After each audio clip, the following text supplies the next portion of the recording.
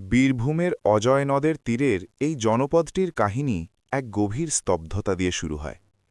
এটি এমন এক বর্ধিষ্ণু গ্রামের গল্প যেখানে ভোরের কুয়াশায় মানুষের স্বপ্নরা ভিজে যেত আর রাতের অন্ধকারে প্রদীপের শিখায় তাদের দীর্ঘ শ্বাসগুলো মিলিয়ে যেত।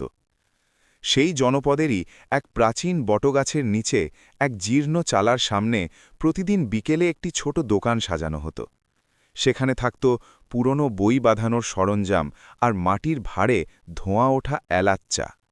সেই দোকানের মালিক ছিল অর্জুন। বয়স ২৭-২৮, দীর্ঘকায়, কিন্তু শরীরটা যেন পরিশ্রমের ভারে কিছুটা নুয়ে পড়েছে।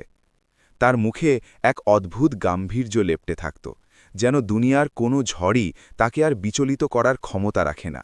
অর্জুনের পরিবার বলতে ছিল তার দৃষ্টিহীন বৃদ্ধ বাবা, যিনি সারাদিন দাওয়ায় বসে অতীতের স্মৃতি চিবোতেন, আর এক ছোট বোন মেঘনা, যার ডাগর চোখে আকাশ ছোঁয়া পড়াশোনার ইচ্ছা বেঁচেছিল। কিন্তু দারিদ্র্য তাদের ছায়ার মতো অনুসরণ করত। ভোরে অর্জুন স্টেশনে কুলি হিসেবে মাল বইত, আর বেলা গড়াতেই নিজের এই ছোট দোকানে এসে বসত। গ্রামের সবাই তাকে শ্রদ্ধা করত। কেউ বলতো, অর্জুন, এই ছেঁড়া বইটা একটু জুত করে বেঁধে দাও তো। আবার কেউ চায়ের তৃষ্ণায় এসে দাঁড়াত। কিন্তু তার অন্তরের হুদিশ কেউ পেত না। সে সব সময় শান্ত থাকত, এমনকি যখন উপোস দিতে হতো তখনও। লোকে বলাবলি করত, অর্জুন বোধহয় কোনো শিক্ষিত ঘরের ছেলে বরাত জোরে এখানে এসে ঠেকেছে। অর্জুন এসব শুনে শুধু ম্লান হাসত। তার শান্ত চাউনি যেন কোনো এক গভীর ক্ষতের চিহ্ন বয়ে বেড়াত। সেদিনও বিকেলটা ছিল বেশ বিষণ্ণ। আকাশ জুড়ে মেঘের ঘনঘটা ছিল, আর অর্জুন মনোযোগ দিয়ে এক বৃদ্ধের ডায়েরি বাঁধাই করছিল। ঠিক তখনই গ্রামের সেই ধুলো ওড়া রাস্তায় এক তীব্র কর্কশ শব্দ শোনা গেল। একটি চকচকে লাল রঙের দামি স্পোর্টস কার এসে অর্জুনের দোকানের প্রায় গা ঘেঁষে থামল। গ্রামের সাধারণ মানুষ এমন গাড়ি দেখে ভয়ে আর বিস্ময়ে তফাতে সরে দাঁড়াল। গাড়ির দরজা খুলে বেরিয়ে এলো এক যুবক, বয়স ৩০-এর কাছাকাছি। গায়ে দামি সুগন্ধি, চোখে কালো চশমা আর চলনে এক চরম ঔদ্ধত্য। তার নাম ছিল বিক্রম। সে চারপাশটা এমন ঘৃণা ভরে দেখছিল যেন এই ধুলোবালি তার জুতোকে কলঙ্কিত করছে। রুমাল দিয়ে নাক চেপে সে বিরক্তির সুরে বলল, কি নোংরা একটা জায়গা, এখানে মানুষ থাকে কি করে? গ্রামের উৎসুক জনতা স্তব্ধ হয়ে গেল। অর্জুন একবার তার দিকে শান্ত চোখে তাকিয়ে আবার বইয়ের পাতায় আঠা লাগাতে মন দিল। বিক্রম দোকানের সামনে এসে চড়া মেজাজে ধমক দিয়ে বলল, এই যে, কানে কালা নাকি? অর্জুন স্থিরভাবে মুখ তুলে বলল, বলুন, আপনার জন্য কি করতে পারি? বিক্রম ঘাড় উঁচিয়ে অবজ্ঞার সাথে জিজ্ঞেস করল, তুমি কি জানো আমার এই গাড়ির দাম কত? অর্জুন বিন্দুমাত্র বিচলিত না হয়ে বলল, না। বিক্রমের ঠোঁটের কোণে বিদ্রুপের হাসি খেলে গেল। সে বলল, তোমার মতো রাস্তার লোকের পক্ষে তা কল্পনা করাও সম্ভব নয়। সে দোকানের বাঁধানো বইগুলো এমনভাবে উল্টেপাল্টে দেখতে লাগল যেন সেগুলো খুব জঘন্য কিছু। উপহাসের সুরে বলল, এই পুরনো ছেঁড়া কাগজগুলো কেউ পয়সা দিয়ে বাঁধায়? তোমরা কি এটাই ব্যবসা বলো?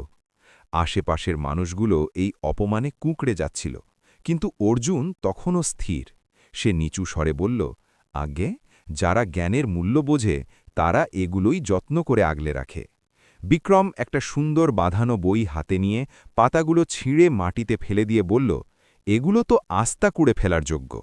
চারপাশে এক ভয়াবহ নিস্তব্ধতা নেমে এলো। মেঘনা দোকানের কোণে ভয়ে কাঁপছিল। কিন্তু অর্জুন রাগল না। সে নিচু হয়ে ছেঁড়া পাতাগুলো পরম মমতায় কুড়িয়ে নিল এবং ধীর কণ্ঠে বলল, আপনার রুচিতে না কুলালে আপনি যেতে পারেন, কিন্তু কারো আবেগকে ধুলোয় মেশানো কি খুব বীরত্বের কাজ? বিক্রম হতভম্ব হয়ে গেল। সে আশা করেছিল অর্জুন হয়তো অনুনয় করবে বা ভয় পাবে। সে চিৎকার করে বলল, তোমার সাহস তো কম নয়, তুমি জানো না আমি কে? অর্জুন সামান্য হেসে উত্তর দিল, অহংকার দেখালে কক্ষনো সম্মান পাওয়া যায় না। এই কথা শুনে কেউ কেউ আড়ালে মুখ টিপে হাসল, কিন্তু বিক্রমের মুখ অপমানে লাল হয়ে গেল। সে বলল, তোমাদের মতো ছোট লোকদের গায়ে চামড়া বড্ড মোটা। অর্জুন আর কথা বাড়াল না। কিছুক্ষণ এক অস্বস্তিকর গুমোট ভাবের পর বিক্রম গটগট করে তার গাড়ির দিকে এগিয়ে গেল। যাওয়ার আগে শেষবার সে অর্জুনের দিকে জ্বলন্ত চোখে তাকাল, কিন্তু সেখানে এবার কিছুটা দ্বিধা দেখা দিল। ধুলো উড়িয়ে গাড়িটি দিগন্তে মিলিয়ে গেল। গ্রামবাসীরা আবার জটলা শুরু করল, কিন্তু অর্জুন তার কাজে ডুবে গেল। সে আকাশের মেঘের দিকে তাকাল এবং তার চোখে এক ঝলক তীক্ষ্ণতা খেলে গেল, যেন সেই উদ্ধত যুবকটি তার অচেনা কেউ নয়। রাতে যখন চারদিক নিঝুম, অর্জুন তার জীর্ণ ঘরের দাওয়ায় একা বসেছিল। ঝিঝি পোকার শব্দের মাঝেও তার কপালে চিন্তার রেখা। সে বারবার একটি নামে উচ্চারণ করছিল, বিক্রম। তারপর নিজের পুরনো ট্রাঙ্ক থেকে একটা হলদেটে হয়ে যাওয়া মেডেল বের করল। চাঁদের আলোয় সেটার দিকে তাকাতেই তার চোখের শান্ত ভাব উধাও হয়ে গেল। তখন তাকে আর সেই সাধারণ বই বাঁধাইকর মনে হচ্ছিল না, বরং মনে হচ্ছিল এমন এক যোদ্ধা যে নিজের পরিচয় গোপন করে কোনো এক চরম সময়ের প্রতীক্ষা করছে। আসল রহস্যটা কি? অর্জুন কেন এত সহনশীল ছিল? আর বিক্রমের ওই উদ্ধত আচরণে তার চেহারায় কেন এমন প্রতিশোধের ছাপ পড়ল না? পরের দিন শান্তিপুর গ্রামের সকালটা আর 5টা দিনের মতোই কুয়াশাচ্ছন্ন ছিল, কিন্তু বাতাসে কেমন একটা ভারী ভাব ছিল। অর্জুন সারা রাত এক মুহূর্তের জন্যেও চোখ বোঝেনি, তবুও মুখে সেই চিরচেনা গাম্ভীর্য নিয়ে সে দোকানে বসল। কিন্তু ভেতরে যে এক তোলপাড় চলছিল। বিকেল গড়াতে না গড়াতেই দেখা গেল সেই লাল দামি গাড়িটা আবার গ্রামের রাস্তায় ধুলো উড়িয়ে আসছে। গ্রামের মানুষ ভাবল আজ হয়তো বড় কোনো অশান্তি হবে, কিন্তু এবার গাড়ি থেকে বিক্রম নামল না। গাড়ির পেছনের দরজা খুলল এবং সেখান থেকে নেমে এলেন এক প্রৌঢ় ব্যক্তি। ধবধবে সাদা চুল, চোখে মোটা ফ্রেমের চশমা আর চলনে এক আভিজাত্যপূর্ণ প্রশান্তি। ইনি ছিলেন বিক্রমের পিতামহ। তিনি চারপাশটা একবার নিরীক্ষণ করে সরাসরি অর্জুনের দোকানের দিকে এগিয়ে এলেন।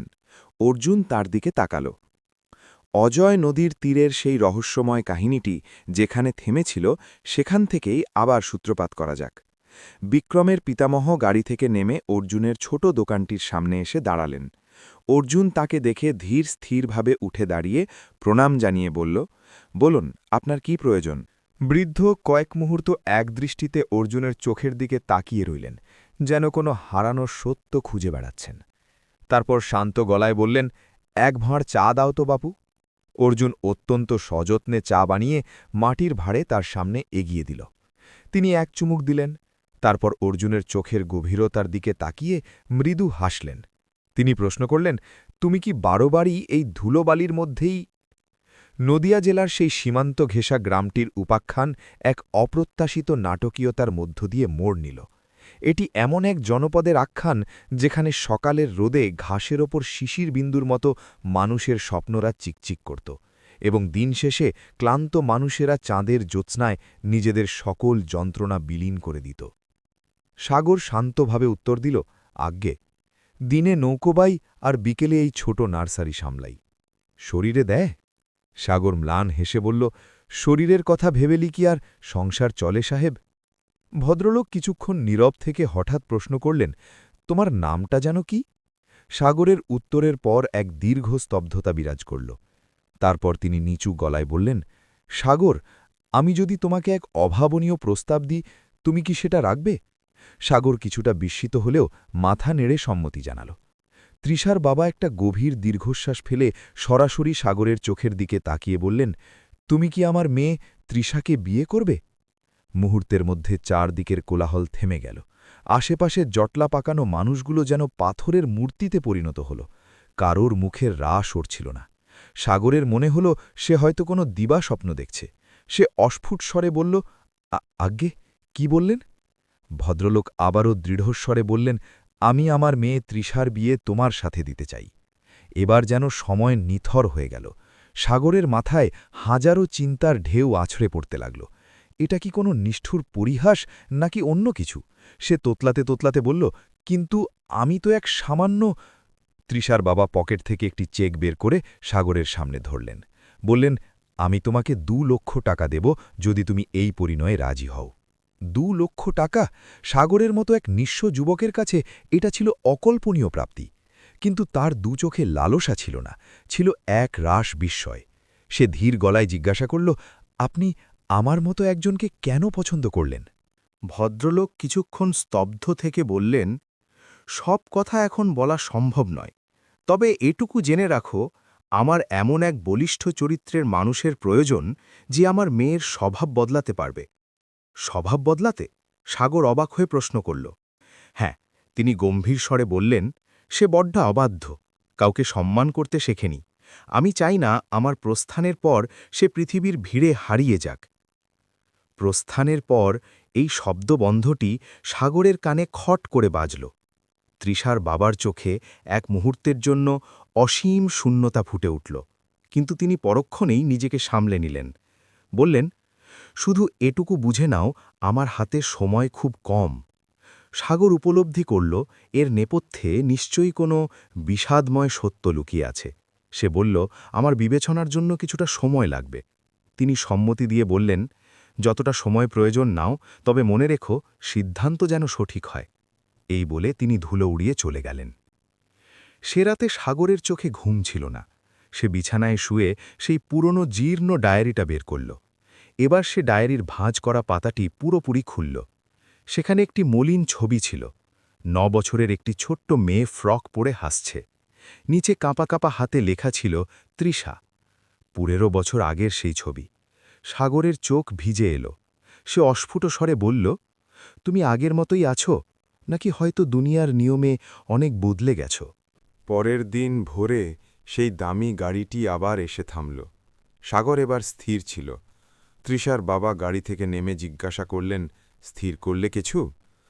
কিছুক্ষণ নীরব থাকার পর সাগর বলল, আমি প্রস্তুত। কিন্তু তার চোখে কোনো উল্লাস ছিল না, ছিল এক অব্যক্ত গাম্ভীর্য। গল্পের মোড় এবার আমূল পাল্টে গেল। শহরের সবথেকে বড় নার্সিংহোমের করিডোরে চারিদিকে ফিনাইল আর ওষুধের কটু গন্ধ। সেই স্তব্ধতা খান খান করে হন্তদন্ত হয়ে ছুটে এলো তৃষা। তার চোখে মুখে নিদারুণ উদ্বেগ। সে কাউন্টারে গিয়ে আর্তনাদ করে জিজ্ঞাসা করল, ডাক্তার কোথায়? আমার বাবার কি হয়েছে? সেবিকা তাকে শান্ত হতে বলে কেবিন নম্বর 420 দেখিয়ে দিলেন। তৃষা সেই ঘরে ঢুকে দেখল তার বাবা অক্সিজেন মাস্ক পরে শুয়ে আছেন। অত্যন্ত শীর্ণ আর বিবর্ণ তার অবয়ব। বাবা! তৃষার ডুকরে কেঁদে উঠে তার হাত ধরল। আপনার এই অবস্থা হলো কি করে? আমাকে কেন কিছু বলেননি? তার বাবা ক্ষীণ চোখে হাসার চেষ্টা করে বললেন, কিছু হয়নি রে পাগলি, শরীরটা একটু ভেঙেছে শুধু। কিন্তু তৃষা জানত তিনি সত্য গোপন করছেন। তখনই চিকিৎসক বাইরে থেকে তৃষাকে ডেকে পাঠালেন। চিকিৎসকের ঘরে তৃষা যখন বসল, তখন তার হৃৎপিণ্ড যেন ছিঁড়ে যাচ্ছিল। ডাক্তার গম্ভীর গলায় বললেন, আপনার বাবার হার্ট ফেলিয়ার হয়েছে, অবস্থা খুবই আশঙ্কাজনক। তৃষা যেন বজ্রাহত হল। সে কেঁপে কেঁপে জিজ্ঞাসা করল, আর কতদিন? ডাক্তার মাথা নিচু করে বললেন, হয়তো আর মাত্র কয়েকটা মাস। তৃষার সাজানো জগৎটা সেই মুহূর্তে ধূলিসাৎ হয়ে গেল। সে টলতে টলতে আবার বাবার শিয়রে এলো। তাকে জড়িয়ে ধরে কাঁদতে কাঁদতে বলল, বাবা, আপনি আমাকে ফেলে কোথাও যেতে পারবেন না। বাবা তার মেয়ের চুলে হাত বুলিয়ে বললেন, মারে, প্রত্যেককেই তো একদিন বিদায় নিতে হয়, তবে আমার একটা শেষ অনুরোধ কি তুই রাখবি? তৃষা অশ্রু মুছে বলল, আপনার জন্য আমি সব করতে পারি। তিনি বললেন, সংসারপাত, আমি চাই না আমার অবর্তমানে তুই একাকিনী হয়ে পড়িস। তৃষা ক্ষোভের বশে বলল, আমি একা থাকতে পারব, আমি বিয়ে করব না। কিন্তু তার বাবা শান্ত গলায় বললেন, যে ছেলেটিকে আমি তোর জন্য স্থির করেছি সে তোকে আগলে রাখবে, সে তোকে জীবনের মানে বোঝাবে। তৃষা মরিয়া হয়ে জানতে চাইল, সেই পাত্রটি কে? বাবা শুধু বললেন, উপযুক্ত সময়ে সব জানতে পারবি। তৃষা ঘর থেকে বেরিয়ে এলো। তার মাথায় শুধু একটা চিন্তাই ঘুরছিল, এই অসময়ে পরিণয়, তাও এক অচেনা মানুষের সাথে। ওদিকে সেই সীমান্ত ঘেঁষা গ্রামে সাগরও প্রস্তুতি নিচ্ছিল। একদিকে অট্টালিকার জৌলুস, উৎসবের আলোকসজ্জা আর মূল্যবান পোশাক, অন্যদিকে সাগরের সেই মাটির কুটির যেখানে সাধারণ আয়োজনে বিবাহের তোড়জোড় শুরু হয়েছে। পুরো আসরে এক নিঝুম স্তব্ধতা নেমে এলো। কিন্তু ঠিক তখনই তৃষার চোখ গেল তার বাবার দিকে। সেই মানুষটি যে চরম যন্ত্রণার মাঝেও হুইলচেয়ারে বসে এক বুক আশা নিয়ে মেয়ের দিকে তাকিয়ে আছেন। তৃষার চোখের বাঁধ ভেঙে গেল। সে আবারও সাগরের দিকে তাকাল। সাগর তখনও অবিচল, নির্বিকার হয়ে দাঁড়িয়েছিল। যেন সে জানত এমন প্রলয় ঘটবেই। কয়েক মুহূর্ত, যা এক একটি যুগের মতো দীর্ঘ মনে হচ্ছিল। তারপর তৃষা নিজেকে সংযত করল। রুদ্ধ কণ্ঠে সে বলল, আমি রাজি, আমি এই বিয়েতেই মত দিচ্ছি। মন্ত্রোচ্চারণ শুরু হল। অগ্নিসাক্ষী রেখে দুটি ভিন্ন জীবন এক সুতোয় গেঁথে গেল। কিন্তু এই বন্ধন কি কোনো নতুন ভোরের সূচনা ছিল, নাকি কোনো পুরনো হিসেব নিকাশের পুনরাবৃত্তি? সংসার জীবনের প্রথম প্রভাত। গ্রামের সেই খড়ের চালার ফাঁক দিয়ে রোদ এসে ঘরের মেঝেতে খেলা করছিল। মাটির ঘর, জরাজীর্ণ বিছানা আর এক কোণে জ্বলন্ত উনুনের ধোঁয়া, এটাই এখন তৃষার বাস্তবতা। দামি সাজে সেই ভাঙা খাকে বসে থাকা তৃষার চোখে ছিল এক সীমাহীন শূন্যতা। সে ফিসফিসিয়ে বলল, এখানে কি বেঁচে থাকা সম্ভব? ঠিক তখনই দরজা ঠেলে সাগর ঘরে ঢুকল। তার হাতে একটি মাটির ভাঁড়ে চা। সে কোমল স্বরে বলল, একটু চা খাও। তৃষা এক পলক তার দিকে তাকিয়ে ঘৃণা ভরে মুখ ফিরিয়ে নিল। সে কর্কশ গলায় বলল, আমার এই জীবন চাই না। সাগর কয়েক মুহূর্ত নিঃশব্দে দাঁড়িয়ে থেকে চায়ের ভাঁড়টা পাশে রেখে দিল। বিনীতভাবে বলল, ঠিক আছে, যদি প্রয়োজন মনে করো তবে পান করো। এই বলে সে বেরিয়ে গেল। উঠোনে সাগরের বৃদ্ধ বাবা রোদ পোহাচ্ছিলেন, আর ছোট বোন রত্না কলতলা থেকে জল আনছিল। রত্না কৌতূহলী গলায় জিজ্ঞাসা করল, দাদা, নতুন বৌদি কি কিছু খেয়েছে? সাগর মলিন হেসে বলল, এখনও শোয়ে ওঠেনি রে, হয়তো পরে খাবে। বাবা ধীর গলায় বললেন, ওকে সময় দে বাবা, আকাশ থেকে মাটিতে নামতে গেলে তো চোট লাগেই, ও তো অন্য জগতের মানুষ। সাগর মাথা নিচু করল, কিন্তু তার মনের কোণে অন্য এক অস্থিরতা খেলা করছিল। দিন অতিবাহিত হতে লাগল। তৃষা প্রতিটা তুচ্ছ বিষয়ে বিষোদগার করত। এটা কি থাকার জায়গা নাকি নরক? তোমরা এই ছেঁড়া পোশাকে কিভাবে থাকো? খাবারের কোনো স্বাদ নেই কেন?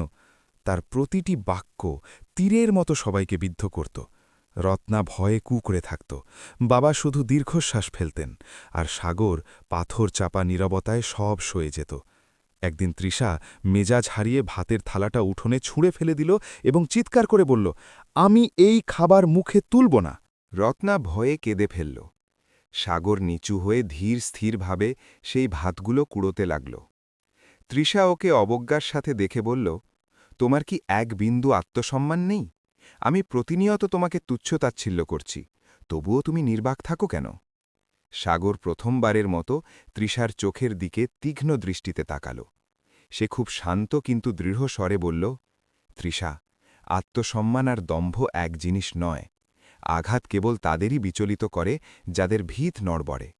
আর জেনে রেখো, নীরবতা দুর্বলতা নয়, বরং অনেক বড় শক্তির পরিচয়। তৃষা এই গূঢ় কথাটি অনুধাবন করতে পারল না, অথবা হয়তো তার অহংকারে বাধা পড়ল। কিছুদিন পর তৃষা জেদ ধরে তার বাবার বাড়ি ফিরে গেল।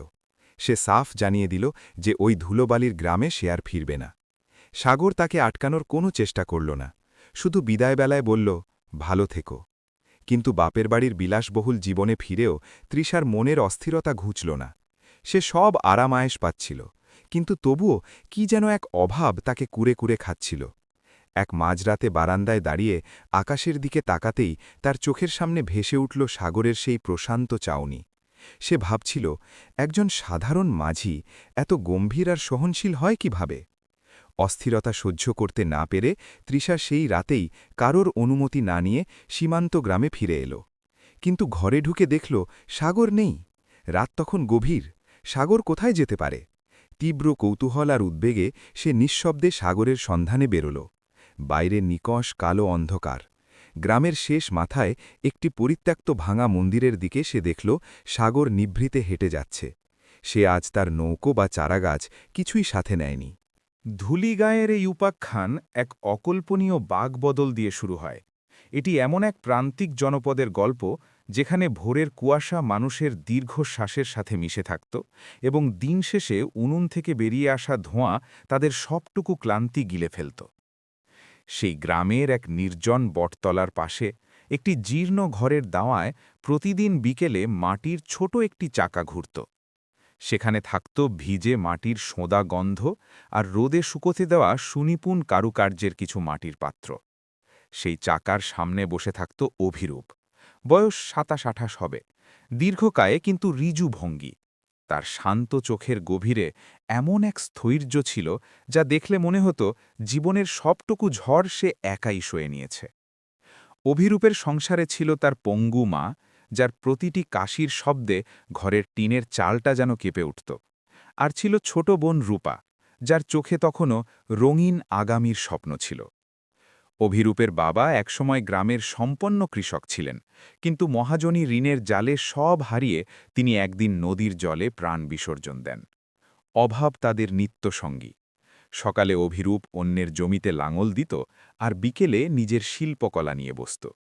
গ্রামের সবাই তাকে ভালোবাসত, কিন্তু তার ভেতরের নিঃশব্দ হাহাকার কেউ টের পেত না। একদিন বিকেলের স্তব্ধতা ভেঙে ধুলো উড়িয়ে গ্রামের মেঠো পথে এসে থামল এক চক ধাঁধানো রূপালি রঙের দামি গাড়ি। সেখান থেকে নেমে এলো এক যুবতী, রীতাভরি। পরনে আধুনিক দামি পোশাক, হাতে ঝকঝকে ঘড়ি, আর চোখে দুনিয়া জয়ের অহংকার। সে চারপাশটা এমনভাবে দেখছিল যেন এই ধূলিকণা তার অস্তিত্বের জন্য অপমানজনক।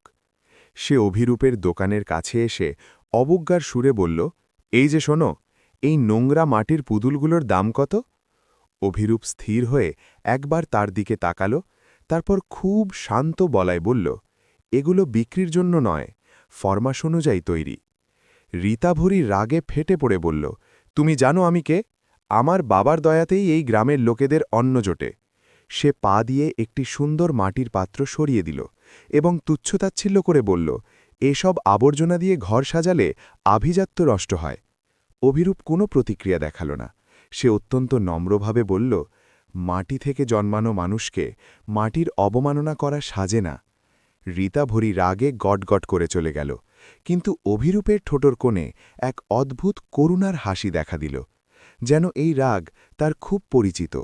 পরদিন রীতাভরির বাবা, শহরের নামী ব্যবসায়ী মিস্টার চ্যাটার্জি, স্বয়ং গ্রামে এলেন। তিনি অভিরূপের সামনে দাঁড়িয়ে এক অদ্ভুত প্রস্তাব রাখলেন। তিনি বললেন, অভিরূপ, আমি জানি তুমি শিক্ষিত এবং মেধাবী। আমি চাই তুমি আমার মেয়েকে বিয়ে করো এবং তাকে জীবনের পাঠ শেখাও। আমি তোমাকে ৫ লক্ষ টাকা দেব। অভিরূপ প্রথমে স্তম্ভিত হল, কিন্তু তার কাছে থাকা একটি পুরনো লকেটে একটি ছোট্ট মেয়ের ছবি ছিল, যেখানে ৮ বছরের রীতাভরিকে দেখা যাচ্ছিল। আসলে রীতাভরির বাবা একসময় অভিরূপের বাবার অংশীদার ছিলেন এবং এক ষড়যন্ত্রে অভিরূপের পরিবারকে পথে বসিয়েছিলেন। সেই অনুশোচনা থেকেই হয়তো তিনি আজ এই প্রস্তাব নিয়ে এসেছেন। অভিরূপ রাজি হল, কিন্তু টাকার জন্য নয়, এক অদৃশ্য প্রতিজ্ঞার টানে।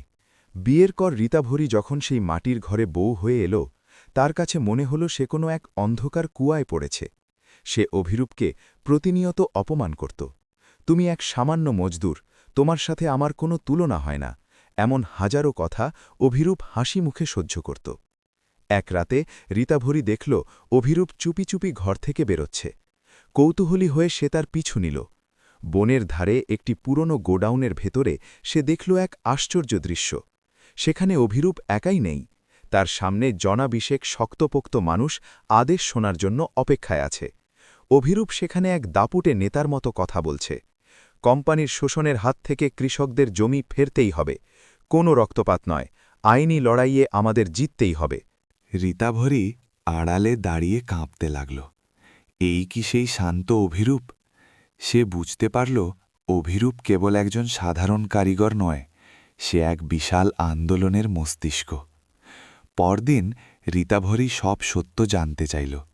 অভিরূপ তার সামনে সেই পুরনো লকেটটি ধরল, শান্ত স্বরে বলল, তোমার বাবা যখন আমার বাবার স্বপ্ন চুরি করেছিলেন, তখন আমি সব হারিয়েছিলাম।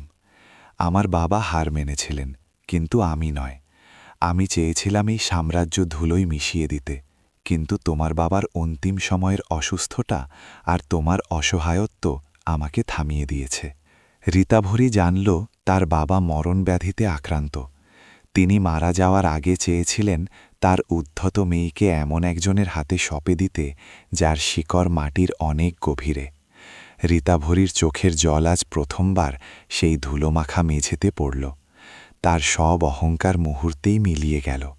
সে বুঝতে পারল ঐশ্বর্য মানুষকে অন্ধ করে, কিন্তু ক্ষমা মানুষকে মহৎ করে।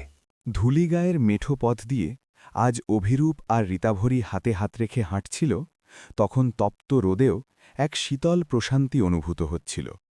অভিরূপ তার সেই মাটির চাকাটি আজও সযত্নে রেখেছে, যাতে শিখর ছুঁয়েও সে কখনো নিজের শিকড়কে ভুলে না যায়। কেবল বাইরের চাকচিক্য বা দারিদ্র্য দেখে কোনো মানুষকে বিচার করা ভুল। মানুষের আসল পরিচয় তার চরিত্রে এবং প্রতিকূলতার মাঝে তার অটুট ধৈর্য ও মার্জিত ব্যবহারে লুকিয়ে থাকে। বদলা নেওয়ার চেয়ে পরিবর্তনের পথ বেছে নেওয়াই হল প্রকৃত বীরত্ব।